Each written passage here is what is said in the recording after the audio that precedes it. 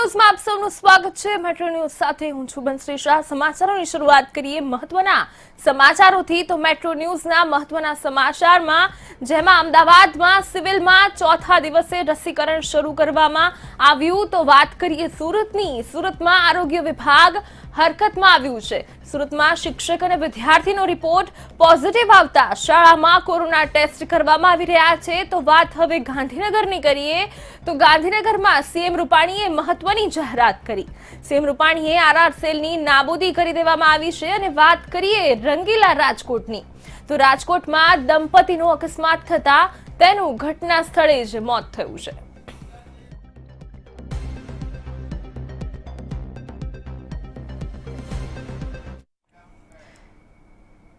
तो पीएम मोदी वाराणसी से संबोधन कर रहा है। सीधा जयशु कि बहुत खुशी है, मैं अपने आप को बहुत खुशकिस्मत समझ रही हूँ कि मुझे कोविड-19 जैसी भयानक बीमारी का वैक्सीन लगाने का अवसर मिल रहा है। इसके लिए मैं अपने आप को बहुत ही खुशकिस्मत समझती हूँ। तो लोग भी तो आपको आशीर्वाद देते होंगे। जी सर, बहुत बहुत आशीर्वाद मिलता है सर। मेरे साथ साथ सर लोग सबसे ज्यादा आपको आशीर्वाद देते हैं कि आपने इतना जल्दी 10 महीने के अंदर कोरोना की वैक्सीन लॉन्च करवा दी और वो लोगों को लगने भी लगी है। देखिए इसका हकदार मैं नहीं हूं। एक तो पहले आप लोग हकदार हैं, क्योंकि इतने चिंता अनिश्चितता, क्या होगा, कहीं घर पर तो हम कोरोना लेके नहीं चले जाएंगे। इसके बीच भी आप लोगों ने हिम्मत के साथ काम किया, डटे रहे, गरीबों की, बीमारों की सेवा की। दूसरे हैं हमारे वैज्ञानिक जो बिल्कुल विश्वास के साथ, ये अनजान दुश्मन था ये कोरोना, पता ही नहीं था क्या है कैसा है। वो लेबोरेटरी में उसका पीछा करते रहे और उन्होंने ये रात दिन मेहनत करके, और वैज्ञानिक तो आज के आधुनिक ऋषि हैं, वो लेबोरेटरी में बैठे और उन सब ने जो काम किया तब जाके हुआ है। इसलिए इसका क्रेडिट मुझे नहीं जाता है, आप सबको जाता है।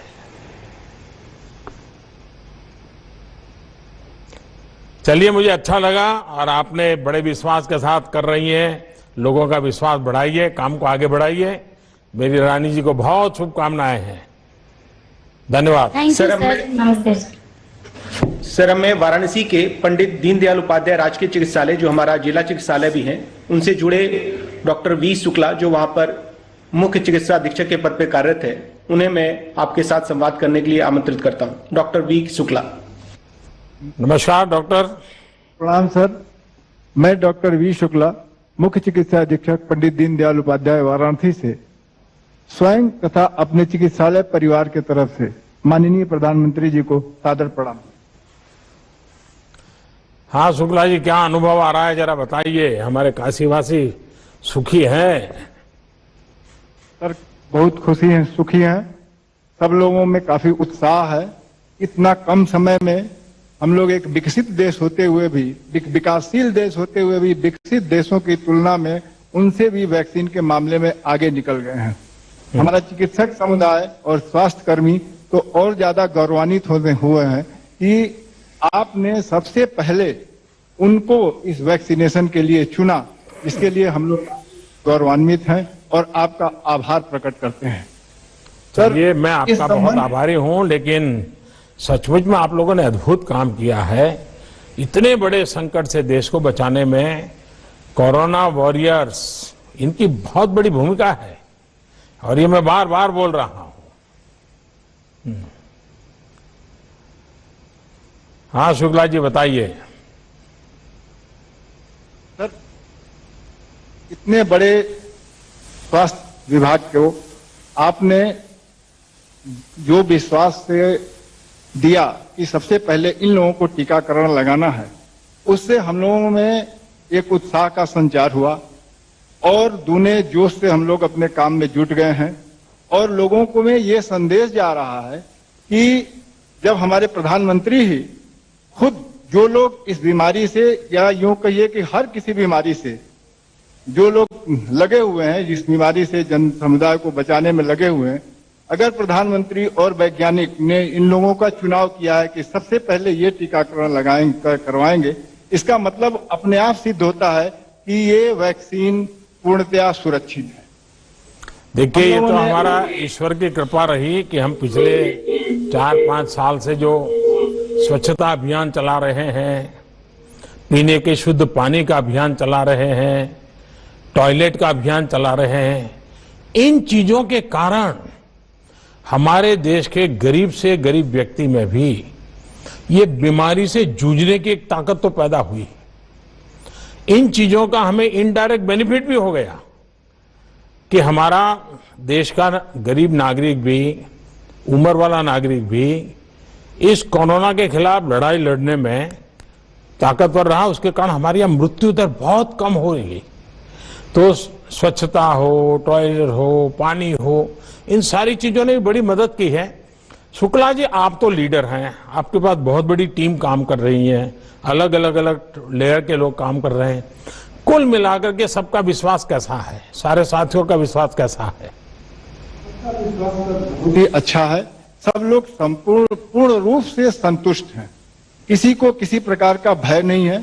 टीकाकरण शुरुआत होने के पहले भी हम लोगों ने इस पर सामूहिक डिस्कशन किया और सबके मन में ये भाव बताया गया कि सब लोग बाहर निकले, समाज को ये बताएं कि एक मामूली टीकाकरण जो बहुत सालों से होता आ रहा है, उसके बाद भी कहीं न कहीं छोटा सा थोड़ा मोड़ा इफेक्ट, जैसे कि हल्का सर दर्द, हल्का फुल्का बुखार, सर्दी जुकाम, ये एक सामान्य बात है। ये होना कोई बहुत बड़ी बात नहीं है और इस वैक्सीन के बाद ये भी चीजें आ सकती हैं, हम लोगों को आ सकती हैं, इसलिए इससे घबराने की कोई जरूरत नहीं है। फिर भी अगर किसी के मन में कोई संशय हो, उसको दूर करने के लिए हमने उस दिन सर्वप्रथम पहला टीका अपने केंद्र पर लगवाया और उस दिन हमारे यहाँ 81% वैक्सीनेशन हुआ और लोगों में इसका काफी आत्मविश्वास बढ़ा और सब लोग आगे बढ़कर के इसका प्रचार कर रहे हैं।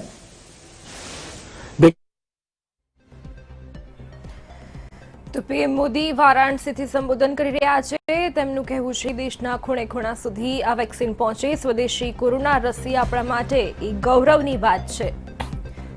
દેશના ખૂણે ખૂણે સુધી રસી પહોંચી રહી છે અને ભારત અન્ય દેશોને પણ મદદ કરી રહ્યું છે।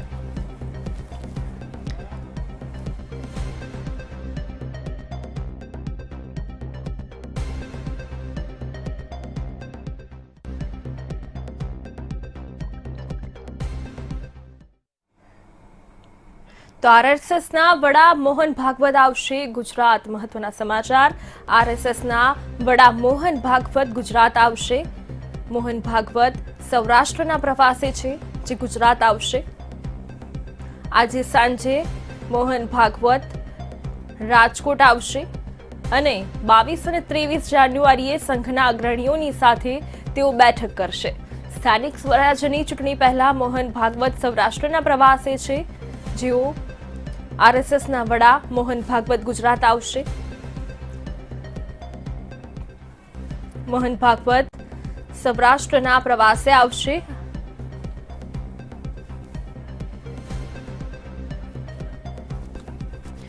વધુ માહિતી માટે અમારા સંવાદદાતા મયુર સોની જોડાયા છે। જે મયુર, મોહન ભાગવત છે જે સૌરાષ્ટ્રના પ્રવાસે છે, તે અંગે શું છે વધુ અપડેટ?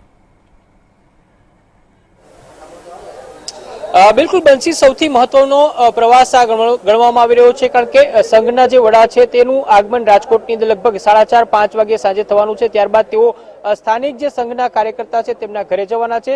સાંજનું ભોજન છે તેમનું ત્યાં રહેવાનું છે। ત્યારબાદ આવતીકાલથી 2 દિવસ સુધી રાજકોટની અંદર સૌથી મહત્વની જે બેઠક છે તે યોજાવાની છે।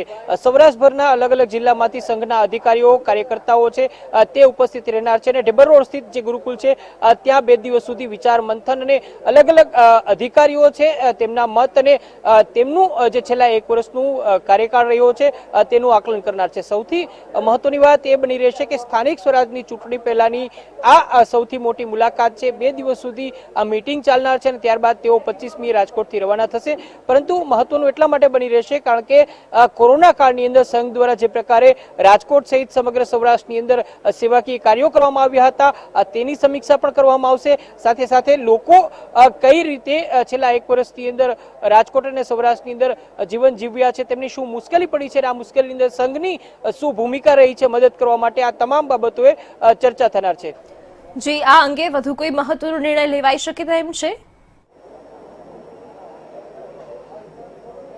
નિર્ણય અંગે તો હજુ સુધી કોઈ વિશેષ વિગતો સામે નથી આવી, પરંતુ ચોક્કસ બનશી કહી શકાય છે કે સ્થાનિક સ્વરાજની ચૂંટણીઓ યોજાય, ચૂંટણીઓ જાહેર થાય એ પહેલા જ સંઘ વડાની આ રાજકોટની મુલાકાત ખૂબ જ મહત્વની માનવામાં આવી રહ્યું છે, કારણ કે સંઘના તમામે તમામ જિલ્લાના જે અધિકારીઓ છે, કાર્યકર્તાઓ છે, તેમની પાસેથી તેમના મંતવ્યો જાણવામાં આવશે કે વર્તમાન ગ્રાઉન્ડ ઝીરો ઉપર શું પરિસ્થિતિ છે, અને ત્યારબાદ ચોક્કસ રણનીતિના આધારે સંઘ દ્વારા બીજેપીને સૂચન કરવામાં આવશે, એવી વાત પણ અત્યારે ચર્ચાઈ રહી છે. પરંતુ સત્તાવાર રીતે આ અંગે કોઈ જાહેરાત નથી કરવામાં આવી. માત્ર બેઠક છે તે કોરોના કાળની અંદર સંઘ દ્વારા કરાયેલી મદદ અને તેની સમીક્ષાને લઈને છે. પરંતુ જ્યારે સંઘના વડા રાજકોટ આવતા હોય, સૌરાષ્ટ્રના તમામ અધિકારીઓને તેઓ મળતા હોય, ત્યારે ચોક્કસ એક વિષયને લઈને જબર ચર્ચા થશે. હાલ તો એવી વાત સામે આવી રહી છે કે મીડિયાને આખી બંને દિવસની બેઠકથી દૂર રાખવામાં આવશે. પરંતુ હા, શક્ય છે કે બેઠક પૂર્ણ થયા બાદ સૌરાષ્ટ્રના જે સંઘના પ્રવક્તા છે તે આ બેઠક અંગે કોઈ વિશેષ ટિપ્પણી કરી શકે છે. જી આભાર સમગ્ર માહિતી આપવા બદલ. તો આજે સાંજે મોહન ભાગવત રાજકોટ આવશે. 22 અને 23 જાન્યુઆરીએ સંઘના અગ્રણીઓની સાથે તેઓ બેઠક કરશે. સ્થાનિક સ્વરાજ્યની ચૂંટણી પહેલા મોહન ભાગવત એ સૌરાષ્ટ્રના પ્રવાસે છે.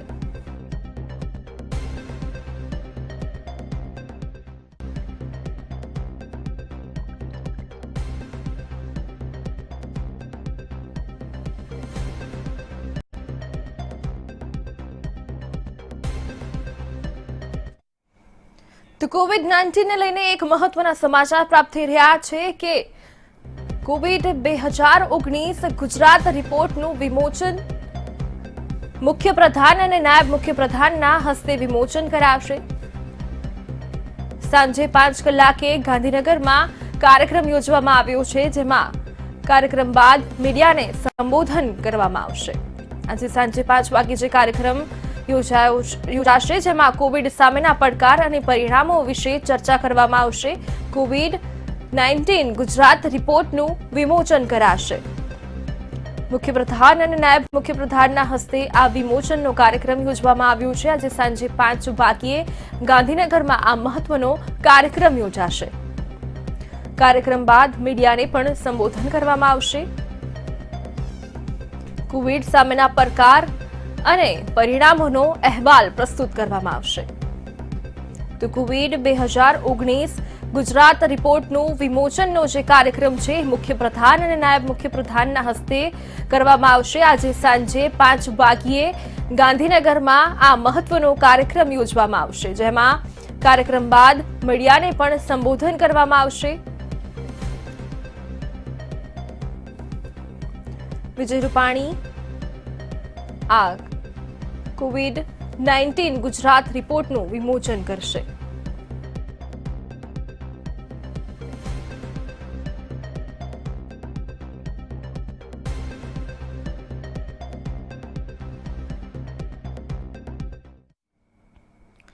તો ગુજરાતમાં આરઆર સેલ નાબૂદ કરાયો. દરેક રેન્જમાં કાર્યરત હતો આરઆર સેલ. અમદાવાદ રેન્જના કાંડ બાદ પગલું લેવામાં આવ્યું છે. તાજેતરમાં જ આરઆર સેલનો જમાદાર ઝડપાયો હતો. લાંચમાં 1995 થી ચાલુ હતો આરઆર સેલ, અને આ આરઆર સેલનું વિસર્જન થતા પોલીસમેનો જિલ્લામાં ફાળવાશે. દરેક જિલ્લાના એસપીને વધુ તાકાત પણ આપવામાં આવશે. તો મુખ્યમંત્રી વિજય રૂપાણીએ મોટી જાહેરાત કરી છે, અને દરેક રેન્જમાં આરઆર સેલ જે કાર્યરત હતું તેને નાબૂદ કરવામાં આવ્યું છે. અમદાવાદમાં આજે રેન્જનું કાંડ પકડાયો, ત્યારબાદ આ પગલું ભરવામાં આવ્યું છે. આજે એક વધારાની જાહેરાત કરું છું કે 1995 થી આરઆર સેલ ચાલતો હતો.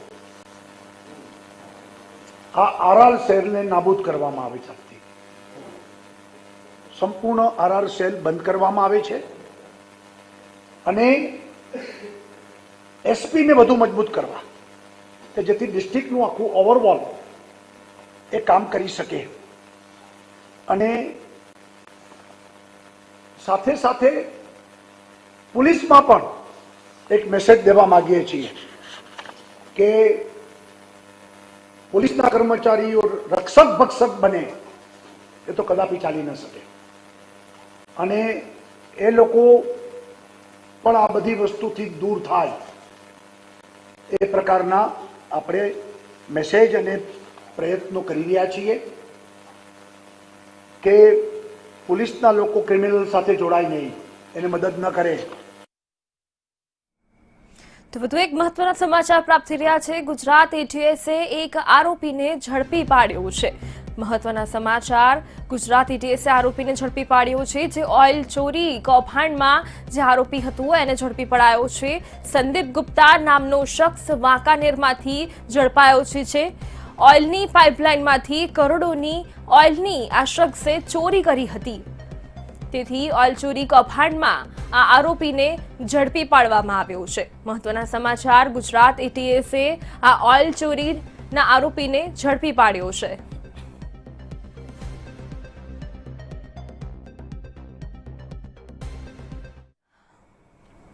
તો વિમાન યાત્રીઓ માટે ખૂબ જ સારા સમાચાર પ્રાપ્ત થઈ રહ્યા છે. એક ખૂબ જ મહત્વના સમાચાર, વિમાન યાત્રીઓ માટે શુભ સમાચાર પ્રાપ્ત થઈ રહ્યા છે કે ફ્રી શટલ સર્વિસની શરૂઆત કરવામાં આવી છે. અમદાવાદ એરપોર્ટ ટર્મિનલ પર આ સુવિધા ગોઠવવામાં આવી છે. શટલ સુવિધાથી યાત્રીઓનો સમય પણ બચી જશે. એકથી બીજા ટર્મિનલ પર સરળતાથી જઈ શકાશે. વિમાન યાત્રીઓ માટે ખૂબ જ સારા સમાચાર પ્રાપ્ત થઈ રહ્યા છે. વધુ માહિતી માટે અમારા સંવાદદાતા આયુષી યાજ્ઞિક જોડાયા છે. જે આયુષી, આજે મહત્વની સર્વિસ શરૂ કરવામાં આવી છે અમદાવાદ એરપોર્ટ ટર્મિનલ પર, તે અંગે શું છે વધુ અપડેટ?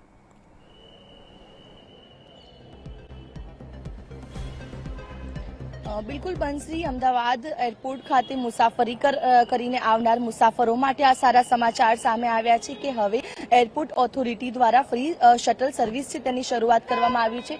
દ્રશ્યોમાં જોઈ શકાય છે કે આ જે કાર્ડ છે, આ ફ્રી શટલ સર્વિસીસ જે શરૂ કરી છે તે માટે આપવામાં આવી છે. કોઈપણ મુસાફર કે જે અમદાવાદ એરપોર્ટ ખાતે આવી પહોંચે છે અને તેને ખ્યાલ નથી હોતો કે તેમની ફ્લાઇટ ટર્મિનલ 1 પર નહીં પરંતુ ટર્મિનલ 2 પર છે, ત્યારે જ્યારે એક ટર્મિનલથી બીજા ટર્મિનલ માટે જવા માટે તેમને જે સર્વિસ જે છે, ખાસ કરીને કેબ છે, તે નથી મળી રહેતી અને તેના કારણે અનેક મુસાફરો જે પોતાની ફ્લાઇટ પણ ચૂકી જતા હતા, તો ઘણા મુસાફરોને જે સમય જે છે તે ખૂબ જ વેડફાઈ જતો હતો. ત્યારે તેને ધ્યાનમાં રાખીને અમદાવાદ એરપોર્ટ ઓથોરિટી દ્વારા આ પ્રકારે 4 જેટલી ગાડીઓ છે તે શટલ સર્વિસમાં આપી છે કે જેમાં ટર્મિનલ 1 થી ટર્મિનલ 2 સુધી જે મુસાફરો છે તેને પહોંચાડવામાં આવે છે અને ત્યારબાદ જ અહીંયા ખાસ કરીને આ જે શટલ સર્વિસીસ છે તેની શરૂઆત થઈ છે. આપણી સાથે ડ્રાઈવર છે, તેમની સાથે बातचीत करीશું.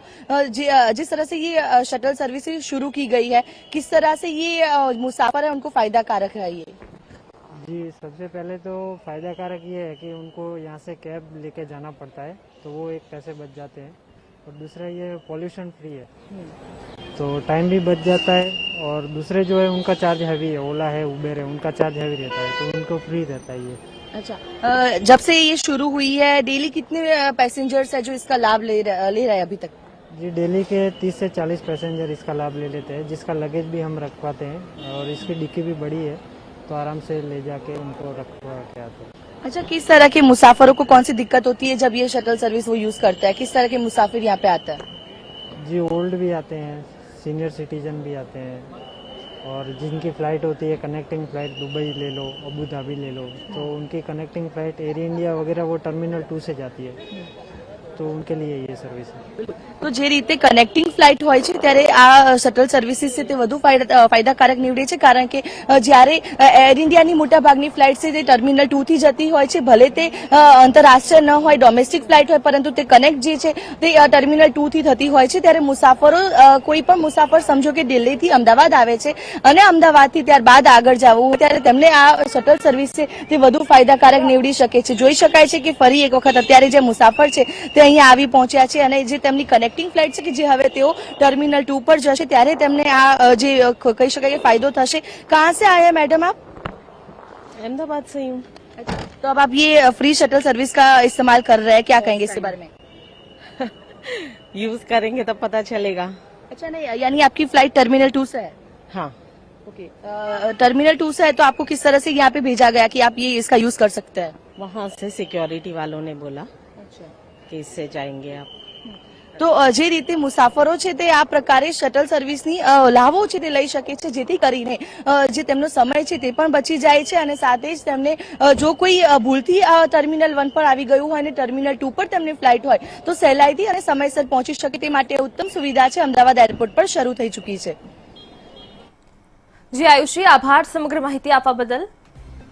તો ખૂબ જ મહત્વના સમાચાર, એરપોર્ટ પર ફ્રી શટલ સર્વિસનો પ્રારંભ થઈ ગયો છે, જેથી યાત્રીઓને કોઈ પણ પ્રકારની સમસ્યા ન સર્જાય અને તેઓ તેમના સમય ઉપર તેમના સ્થાને પહોંચી શકે.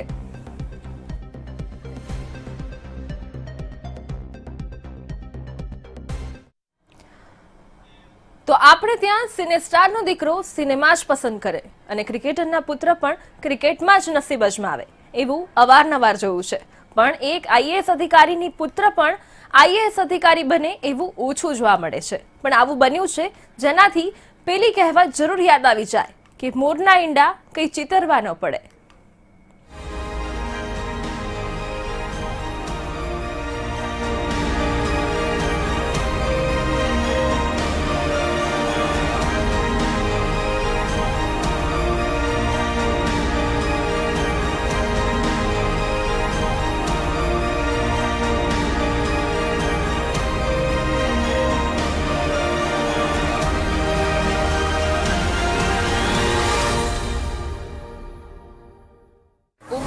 માત્ર 22 વર્ષ, પહેલો પ્રયાસ અને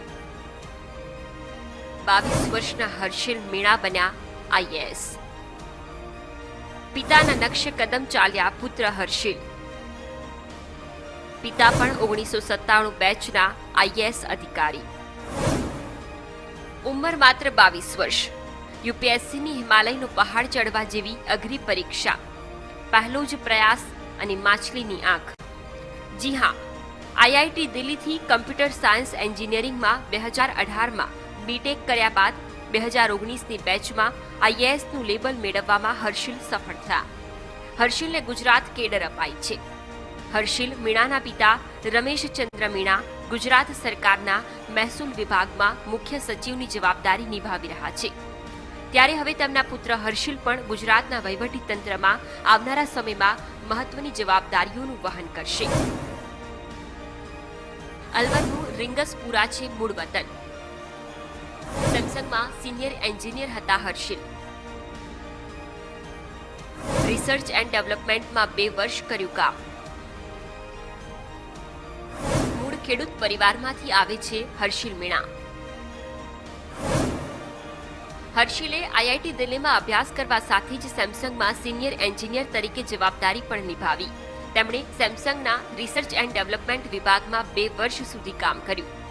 હર્ષિલની યુપીએસસી માટે લેખિત પરીક્ષા સપ્ટેમ્બર 2019માં લેવાઈ હતી, જ્યારે કે પર્સનલ ઇન્ટરવ્યૂ ફેબ્રુઆરીથી ઓગસ્ટ 2020 સુધી થયા હતા, જેમાં અંતે 829 ઉમેદવારો સફળ થયા, જેમાં પહેલા જ પ્રયાસે સફળતા મેળવનારા હર્ષિલ મીણાનું પણ નામ છે.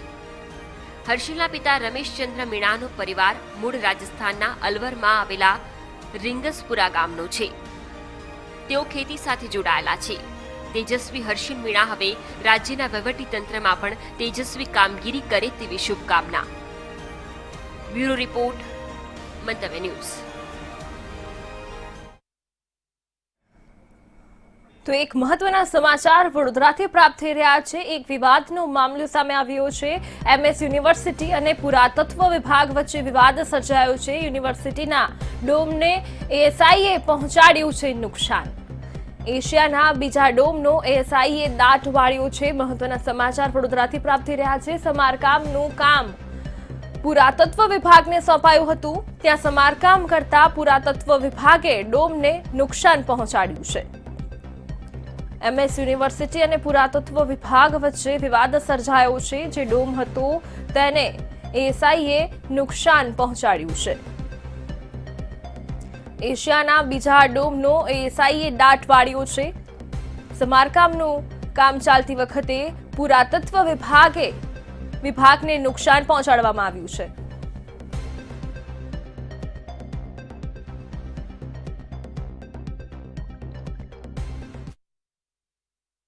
ESI સાથે એપ્રોચ કર્યા પછી જ્યારે કોન્ટ્રાક્ટ નક્કી થયો ત્યારે એ ડોમને રિપેર કરવા માટેનું કામ શરૂ કર્યું. ESI ના સબકોન્ટ્રાક્ટની અંદર જે કોઈ પણ કોન્ટ્રાક્ટર હશે તેમણે એ રીતે કામ શરૂ કર્યું કે જે ખરેખર હેરિટેજ બિલ્ડિંગની અંદર ન કરી શકાય. આ વસ્તુને ઓબ્ઝર્વ થતા જ Maharaja Sayajirao university of બરોડાએ ESI ને સંપર્ક કરી અને આ રીતે કામ કરતું સ્થગિત કરવા માટેનું સૂચના આપી. એ સૂચના આપ્યા બાદ આ પ્રોજેક્ટ આગળ વધી ન શક્યો અને જે કંઈ પણ ચૂકવણા Maharaja Sayajirao university of બરોડાએ ESI ને કર્યા હતા તે પરત લેવા માટેનો પ્રયાસ ચાલુ હતો. આપના માધ્યમથી હું એ જણાવીશ કે હવે એ પ્રયાસના અંતે ESI ની વડોદરા બ્રાન્ચ અને મહારાજા સયાજીરાવ યુનિવર્સિટી ઓફ બરોડા બંનેના પ્રયાસથી હવે એ રિઝોલ્વ થઈ ગયું છે. તો આ સાથે મેટ્રો ન્યૂઝમાં બસ આટલું જ. મંતવ્ય ન્યૂઝના વધુ સમાચારના અપડેટ માટે મંતવ્ય ન્યૂઝની વેબસાઇટ સાથે જોડાવા માટે લોગિન કરો મંતવ્યન્યૂઝ.com સાથે. નમસ્કાર.